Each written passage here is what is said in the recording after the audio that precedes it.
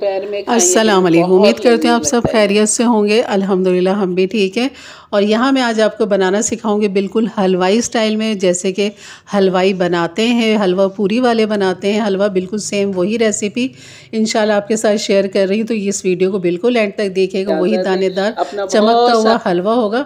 सबसे पहले हम इसका बनाएंगे शीरा। शीरे के लिए यहाँ पर ले लूँगी मैं 3 कप पानी, और 3 कप पानी में डाल देंगे हम 1 कप सूजी, और छोटा सा कुछ ज़रा आया था वो मैंने हटा दिया। और यहाँ पर 1/4 टीस्पून डाल देंगे ज़र्दे का रंग, या जो जितना कलर आपको पसंद है, या जैसे कि आप हलवे का रंग जानते हैं कि किस कलर में होता है हलवाई वाला, तो सेम वही कलर लाने के बाद सिर्फ हमने उबालना है उसको, 1-2 उबाल देना और शीरे को अलग रख देना है।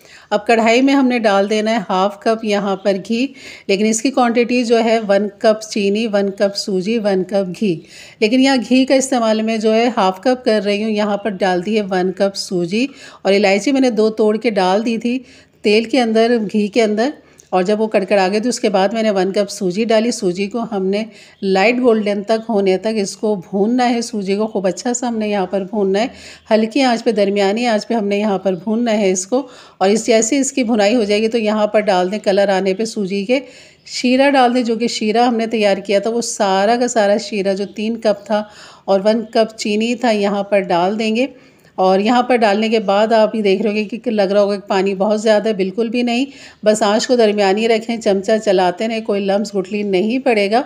तो बस आपने इसको जब बबल देखें, इस तरह के बबल आ रहे और थिक हो रहे हैं बबल, तो बस आपने इसका ढक्कन ढक देना है और इसको 5-6 मिनट के लिए इसको रख दें ऐसे ही हल्की आंच पे, दम वाली आंच पे। तो ये देखें बेहतरीन तैयार है।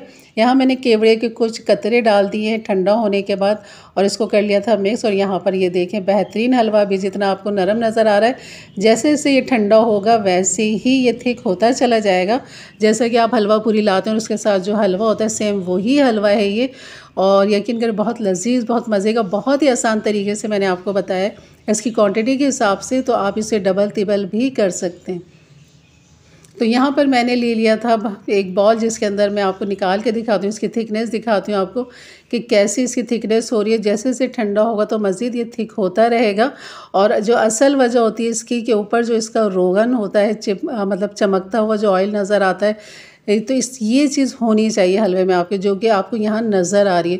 क्योंकि तरीका यही बनाने का, तो तभी आपने इसी तरह आपको ये चमकता हुआ, जैसे दाना दाना सूजी का जो है ना बिल्कुल अलग अलग है, बिल्कुल दाना जो है इसका वाज़े हो रहा है, बिल्कुल एकदम लड्डू नहीं बना ये हलवा। तो इतना बेहतरीन है, तो ज़रूर बनाइएगा, इंशाल्लाह आपको बहुत अच्छा लगेगा। इसके साथ बना लीजिए पूरियाँ या पराठों के साथ आप इसको खाइए, कि बहुत ही लजीज लगता है। ये देखें आप इसकी चमक देखें, और सूजी का जो दाना वाजे वाजे हो रहा है, बिल्कुल हर दाना चमकता हुआ खिलता हुआ नज़र आ रहा है।